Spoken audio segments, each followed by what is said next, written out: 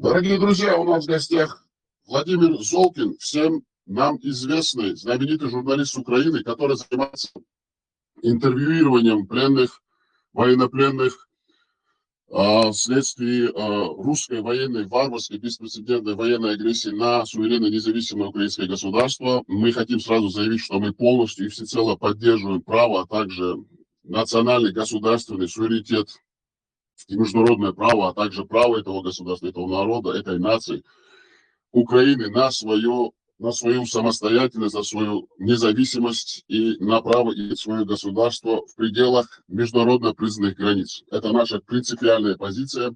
Мы поддерживаем всех людей доброй воли, мы поддерживаем Украину. Наш сегодняшний гость любезно согласился, буквально, как говорится, легок на подъем, буквально за 2-3 минуты нашего разговора, сразу согласился, сказал, я могу вам уделить максимум 30 минут, сделайте этот эфир в короткие ближайшие сроки. Мы организовали с нашими техническими модераторами и включили прямой эфир. Мы зададим ему 4 вопроса, самых основных, на которые мы дадим ему ответить. Правила и нашего формата, как вы знаете, это свободная площадка для свободных людей, для свободного волеизъявления. Задаем вопросы, наши гости отвечают, не отвечают, отвечают как хотят или просто пропускают наши вопросы. Сейчас мы дадим слово Владимиру Золкину, чтобы он дал понять, слышит он нас или нет, а потом мы зададим ему вопросы. Владимир, вам слово. Добрый день. Надеюсь, меня тоже хорошо слышно. Спасибо за приглашение. Также хотел бы высказать свою солидарность и поддержку ичкерийскому народу и свободной Ичкерии, свободной от российского угнетения. И я слушаю ваши вопросы. Хорошо, огромное спасибо, Владимир. Еще раз хотелось бы почуть, чтобы все наши слушатели, которые будут слушать нас здесь и которые будут впоследствии нас слушать, мы спрашиваем и задаем вопрос Золкину Владимиру. Вы согласны, чтобы мы выложили этот разговор на нашей информационной площадке, а также мы вам дадим тоже все наши форматы? Да, конечно, ну естественно. Огромное, еще раз подчеркиваю, огромное спасибо за то, что вы согласились. Взаимно. Наших гостей. Вопрос. Вы понимаете, что чеченцы являются жертвами геноцида и 2 беспрецедентных войн 20-го столетия? Последние 30 лет над нами ведется очень большая культурная, геноцидная, этноцидная война, и что чеченцы сами по себе являются жертвами русской, имперской, русской, человеконенавистнической политики, и что на сегодняшний день Чечня является открытым концентрационным лагерем под открытым небом, и что русские оккупационные войска, более 150 тысяч человек, находятся на территории Чеченской Республики. Вы это понимаете, вообще вы осознаете это или нет? Естественно, осознаю я это, и, насколько мне известно, на государственном уровне вся Украина это признает и признала Ичкерию независимым государством. Хорошо. Официально не признали, это должны подчеркнуть, официально не признали. На неофициальном уровне, да, там ведутся разговоры, но официально не признали. Хорошо. Объясните вашу позицию. Вы хотели добавить что-то, говорите? Я вас слушаю. Объясните, пожалуйста, вашу позицию по чеченской тематике. Вот вы интервьюируете чеченцев, военнопленных. Это ваше право, мы это право признаем. Вы являетесь украинским гражданином, вы защищаете национальные интересы Украины. Вы ведете свою работу так, как хотите. Мы это понимаем. Никаких в этом у нас упреков к вам нету. Но объясните вашу позицию вот по чеченской тематике. Вы целенаправленно педалируете вот эту этническую составляющую вот этих чеченских так называемых подразделений в составе русской оккупационной армии, или вы, не понимая, сами того не осознавая, берете просто интервью с чеченцев, потому что это, как вам сказать, в прессе это бывает таким информационным взрывом, потому что чеченцы все-таки в негативной форме или в позитивной, в какой бы это ни было форме, они известны. Вот ваша позиция. Вы вообще понимаете, что такое чеченская тематика? Когда вы интервьюируете чеченцев, вы осознаете, что эти люди, они подневольны? Вот такой вам вопрос. Я, конечно, не хотел бы начинать с подобных заявлений, но все же я рекомендовал бы вам лучше готовиться к эфирам и лучше готовиться к гостям, потому что, к большому сожалению, я не имел возможности ни разу поговорить ни с одним чеченцем. И ни одного интервью ни с одним чеченцем у меня не было. Поэтому сама суть вашего интервью, вашего вопроса изначальная, она содержит неправдивую информацию, следовательно, я не знаю, как мне это комментировать. Если вы не можете комментировать, вы можете просто сказать, я не буду комментировать, у меня нету на этот вопрос ответа. Вы же в нашем формате. Мы же вам не... Да, говорите. Услышьте меня, пожалуйста. Вы мне говорите о том, что я интервьюировал чеченцев и что-то там педалирую, а я не интервьюировал чеченцев. Вообще, понимаете? Мы вам ничто не вменяем в вину. Мы вам задаем вопросы, вы можете отвечать, не отвечать, можете пропускать. Это ваше право. Я в третий раз повторяю, что ваш вопрос содержит неправдивую информацию о том, что я интервьюировал чеченцев, чего я никогда не делал. Это ваш ответ. Мы принимаем его таковым, какой он есть. Мы же не стараемся вас изменить или что-то вам доказать. Мы абсолютно не хотим с вами спорить. Мы Хорошо, спасибо. Спасибо. Хорошо. Следующий вопрос. Признаете ли вы право? Вы сказали это, но все равно на государственном уровне, вообще вы с давних, в последние 30 лет, право чеченцев на свою государственность и свободу вообще для вас, лично, как гражданина Украины, чтобы четко было ясно. Ну, конечно же, полностью и всецело это поддерживаю, и всегда поддерживал. И если где-то я касаюсь своих интервью вообще чеченской тематики, то множество раз, когда я говорил с россиянами о том, что они, например, говорят о том, что они хотели там освободить Донбасс, да, как они говорят, да, или там они хотели помочь людям самоопределиться, как в Крыму, так и в Донбассе, да, и я им говорю, а почему же вы тогда чеченцам не дали возможности самоопределиться? Ведь Чечня это маленькое, небольшое государство на тот момент, там около 1 миллиона человек, и почти вся Чечня должна была взять в руки оружие для того, чтобы дать отпор российской агрессии, да, и это свидетельствует о том, что как раз на тот момент мы понимаем, что чеченцы на тот момент, они действительно всецело жаждали того, чтобы самоопределиться, чтобы быть независимыми. И Россия им не дала этого сделать. А сегодня она опирается на какие-то фейковые референдумы в Донецке или в Луганске или в Крыму, на какие-то фейковые референдумы в Запорожье, в Херсоне, мотивируя это тем, что якобы люди изъявили такое желание. Но на самом деле эти люди, большинство из этих людей заставили это, во-первых, а во-вторых, там в принципе процент этих людей, которых они заставили проголосовать, их там, я не знаю, 1-2, может быть, процента от остального населения. Остальным просто пришлось уехать. Многих они вывезли силой в Россию всеми семьями, с детьми в том числе, где они до сих пор удерживают их. То есть проблема широкая и проблема очень близкая. То, что было у вас и то, что сейчас происходит у нас, это на самом деле очень похожие вещи. То есть я не могу не понимать, потому что мы сами сейчас через все проходим, через подобные вещи. Совершенно с вами согласен, мне нечего вам ни задать, ни возразить. Хотелось бы просто до вас донести информацию, а вопрос будет у нас следующий. Последние 30 лет мировое сообщество, полностью отвернувшись от чеченской нации, от его борьбы за свою независимость, за свое суверенное право жить на своей земле, по своим законам, иметь свое суверенное, независимое, международно признанное государство, отдало на растерзание чеченскую нацию. На нас навешали все ярлыки: исламский фундаментализм, терроризм. Нам навязали эту чуждую нам исламскую идеологию, религию ислам, которая пропагандируется, которая проповедуется, которая навязывается, выстраивается сеть мечетей, все эти ФСБшные, СВРовские, ГРУшные муллы по всему миру, которые внедрились в чеченскую среду, пропагандируют русский православный ахлу-сунна ислам, тем самым затуманивая мозги наших чеченцев. Сейчас вы поймете мой вопрос.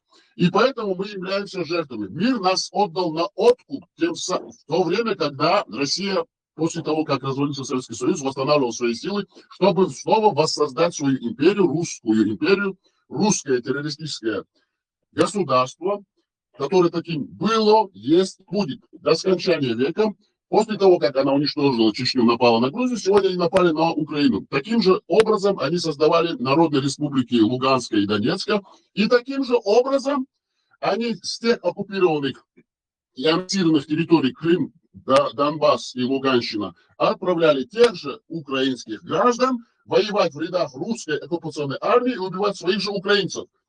Сегодня это происходит с чеченцами. Они невольники, они по сути своей, я вам это официально заявляю от имени чеченской нации, они рабы русни. Они являются рабами, понимаете, это рабы. Они безвольные, бесправные рабы. И чтобы, кто бы, как бы они что ни говорили во время своих интервью, вам или другим, они бесправные. Поэтому вам вопрос. Если хотите добавить, дополнить, пожалуйста, я вам задам последний вопрос, и мы вас отпустим, потому что вы нам сказали, я могу вам уделить только 10-15 минут. Чтобы наши слушатели знали, Да, наш гость, к сожалению, да, я сразу же 10-15 отозвался, минут не но больше. времени у меня много нет. Да.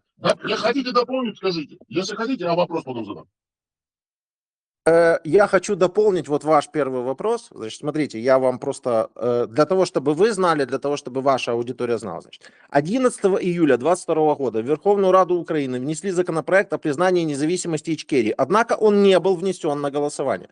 Но 18 октября 2022 года в парламенте Украины был зарегистрирован, а позже и принят законопроект о признании Чеченской Республики Ичкерия временно оккупированной Россией. То есть Украина на официальном уровне, на уровне Верховной Рады, все-таки признала Ичкерию оккупированной. Это, к вашей ремарке в самом начале, что официально не признали. Нет, признали официально, и я вам рекомендую с этой информацией ознакомиться дополнительно. Так, чтобы вы просто были в курсе. Касательно последней вашей реплики, я хочу сказать, что, безусловно, я понимаю все то, что вы сказали, эта проблематика существует. Проблематика людей, как вы их назвали, рабов, да, то есть она существует, безусловно. Есть порабощенные люди, украинцы, на временно оккупированных территориях. Точно так же есть порабощенные люди, чеченцы, на временно оккупированной территории Ичкерии. И между ними, если честно, у меня нет никакой градации там, да, то есть я отношусь и к тем, как к порабощенным, и к тем, как к порабощенным. То есть это реплика, а теперь я жду ваш вопрос. Хорошо. Хотелось бы просто маленькую ремарку сделать. Я не вступаю с вами в дискуссию про законопроект, который вынесли в Верховную Раду, и то, что они признали Чечню временно оккупированной, мы это знаем. Но это равно. Мы это признаем, мы благодарим украинских парламентариев, но это недостаточно, потому что, чтобы, кто ни говорил, на официальном уровне этот документ, он в принципе не является никакой базовой формой, ни правовым, ни нормативным актом. Следующий вопрос, последний, я вас отпущу. Если хотите дополнить, пожалуйста, скажите. Как это не является? Пусть, да. Как это не является? Пусть 190 стран признает вас оккупированной территорией. Посмотрим, будет являться или не будет. Мы же от себя этот шаг сделали, что мы можем? Мы призываем таким своим шагом все остальные государства признать Чечню оккупированной. Но мы больше ничего не можем сделать на официальном уровне в этом смысле. То есть мы сделали то, что... Претензий не предъявляем, мы просто... Понял, хорошо, да, задавайте вопрос. Как мы видим ситуацию, как мы, здоровые силы чеченской нации, не подвержены русской идеологии, русскому православному ахлу-сунна исламизму, цивилизованные, демократичные, образованные, интеллигентные, демократичные, политичные чеченцы видим ситуацию. Это наша позиция, я вам ее просто доношу. А то, что как вы ее принимаете, это ваше право. Последний вопрос, и мы вас оставим в покое. Пожалуйста, если есть возможность, хотите развернуто, хотите коротко, хотите вообще не отвечайте. Для вас лично, как гражданина Украины, кто враг Украины? Русские, русское государство именно в границах русского этнического вот этого пространства, или для вас все это российское так называемое террористическое образование со всеми теми народами, которые там находятся, являются врагами?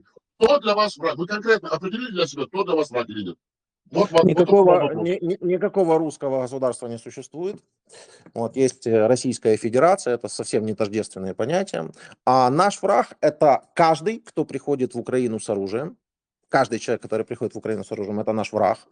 Каждый, кто мотивирует своих родных, друзей, близких приходить в Украину с оружием, это наш враг. Именно поэтому мы работаем в информационном смысле, то есть не только непосредственно с самим пленным, но и с их знакомыми людьми. То есть это целевая аудитория людей, которые либо уже идут в Украину, либо в нее собираются пойти. Да? И мы работаем с этой целевой аудиторией, донося им абсолютно очевидные, простые, понятные вещи, что они являются оккупантами и что оккупантами становиться не нужно. Не нужно. Кроме того, что их здесь ждет смерть и увечья, и больше ничего. Такие вещи мы до них доносим. А если брать корень зла, то корень зла, он, естественно, в Москве, в Кремле. Это тот режим, который на сегодняшний день управляет тем, что вы называете русским государством, хотя это по факту РФ, и все порабощенные Московией народы.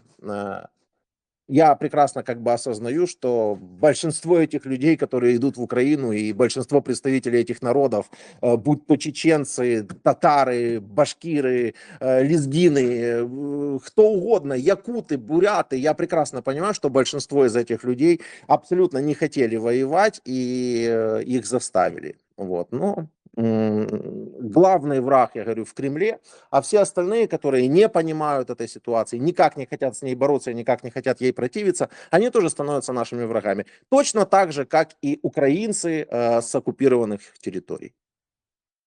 Я просто сейчас дополню буквально минуту и вас отпущу. Смотрите, хотел просто напомнить. Мы, чеченцы, чеченское здоровое общество, которое стоит и зиждется на правах чеченской нации, на свою государственность,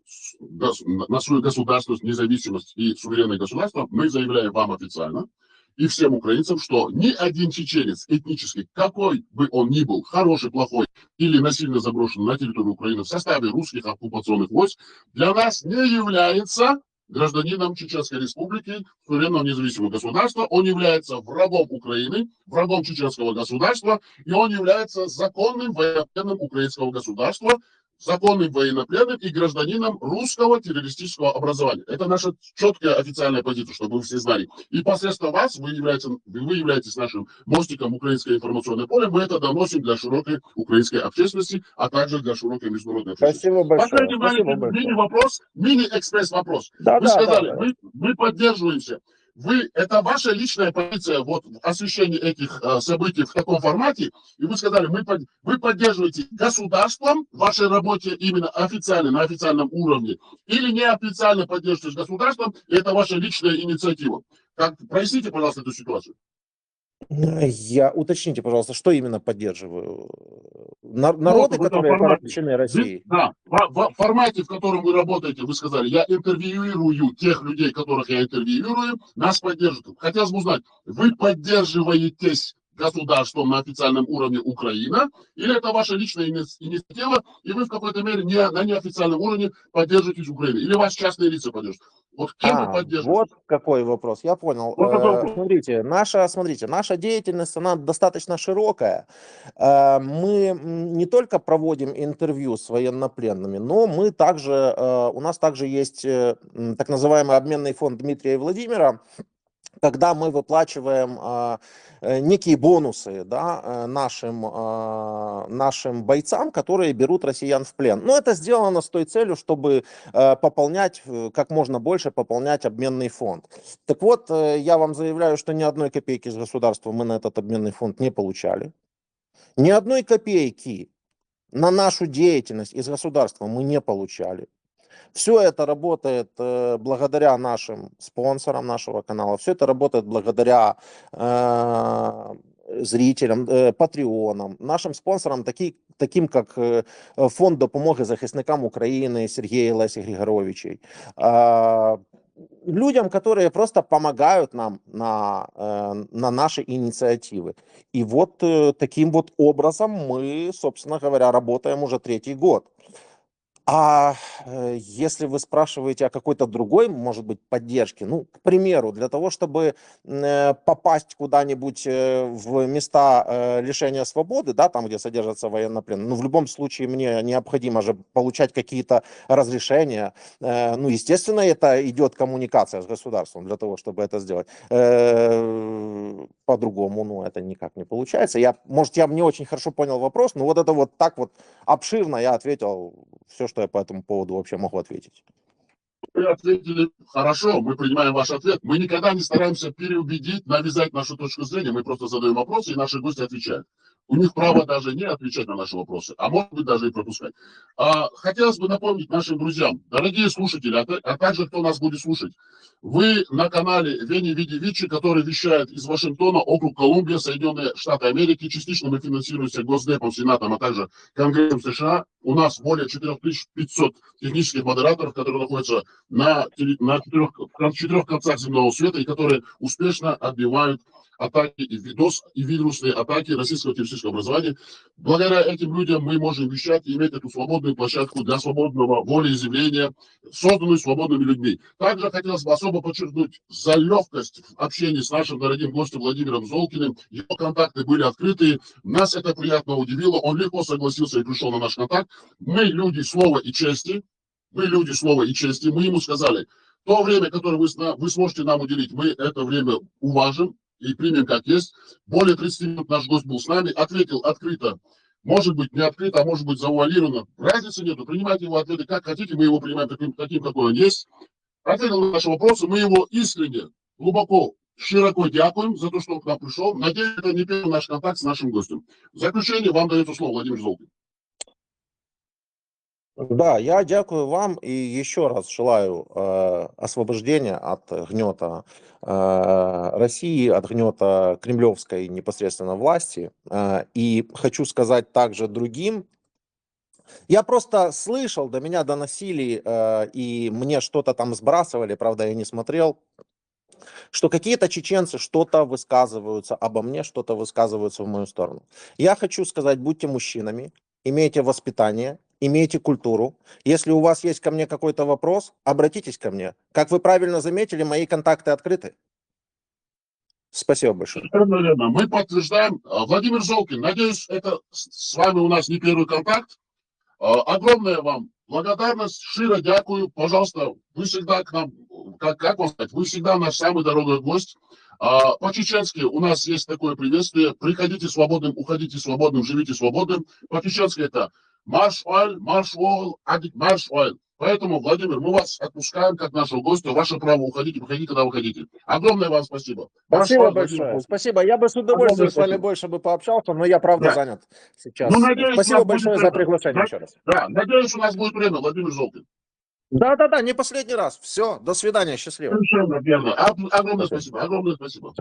У нас в гостях был Владимир Золкин, один из известнейших украинских журналистов. Мы выражаем ему еще раз, тех, кто нас будет слушать, даже если наш гость ушел, чтобы он знал, что мы ценим и уважаем то время, которое он для нас посвятил. Мы за это его очень сильно ценим. Огромное ему спасибо, он и ответил на наши вопросы. У нас, конечно, много вопросов, но он сказал, я максимум, сколько я смогу вам уделить время, это 30 минут. Мы сдержали слово, мы люди чести, мы сказали, мы сделаем, как вы нас просите, максимум 30 минут. На 30 минут мы задали самые 4 основных вопроса, которые интересуют наших слушателей, наше чеченское здоровое общество, наших чеченцев, которые вынуждены находиться за пределами оккупированной Чеченской Республики, а также чтобы наши жители оккупированной Чеченской Республики могли слышать и знать, что чеченцы, которые находятся вне территории Чеченской Республики, думают о своей родине, работают, помнят о своих чеченцах, которые находятся под оккупацией, в концентрационном лагере под открытым небом, которое нам навязало и установило русское террористическое образование. А завершая нашу передачу, наш прямой эфир, хотелось бы сказать по-чеченски. Хоми мохкваль. Отснага матиш, отснага эагва, ты цанеметти туамбо магу, амте маях. Вой лук датшун, вой дошту, эмшук эгячет, эмшма. Отсвескен волш дала, вой нохчи делу, цанонтя, нисонтя. Вой борта, вой китем чдалдоль, вой нохчи ухдоцек, вой нохчи хумант ядоцек, дош датшу, дохдилечо. Я бусал дин тявайтен ишмеч от эмшморхи, бусал дин цани шумалниш ирдерхи, иша дега озгаске, эйден гаске, пчелкандиш, омштушун, штусихер датшун, шиёхрячун, что ценный метанахен нюкля, ёхкамя, лара лош, учетной дачу, что новче хуматяцаха, сунде, что приехал, то он войновчелинте, юга дирзан. И био бусал дин озгасеш, вой чутяндол, и да, бяхтан, и ислам озгасеш, от Москва, пошти, да, дига цен гасеш, арбош юка, шешерка, ватыш, иш, а баха, да, хошина, бунда, ёх, керта, и шла хошин. Эколь арбой, озгамош юка, ашбол, арбош, ише бусал дин, ха, я чутяна цена, Вой нюкет и бюрл, да, яхтан, вой ценонтя, вой нохшелитя, вой силовитя, вой дюнелитя, вой коммершалитя, вой адмелитя, вой юня, вой цедерза, вой ценцела, вой цанни аур хукедачун. Шунгуштук отсмеття, вой нохчи, бусал диня, джиха дубош, массу аур, шейн моло и хора, не суннати, хадис сани, отзгаскаш хаубербол, отсмолниш, и вой кигина хейра бош, отзгаскаш эскер шукай, куша чукуш, от Украины, халяч, цермяль юахуль, термел силал хуль, термел дош дадюд, центе вот вой мел ях йоти, вой ях ях центе вой там камелда, хундяча ишхарцу забаву.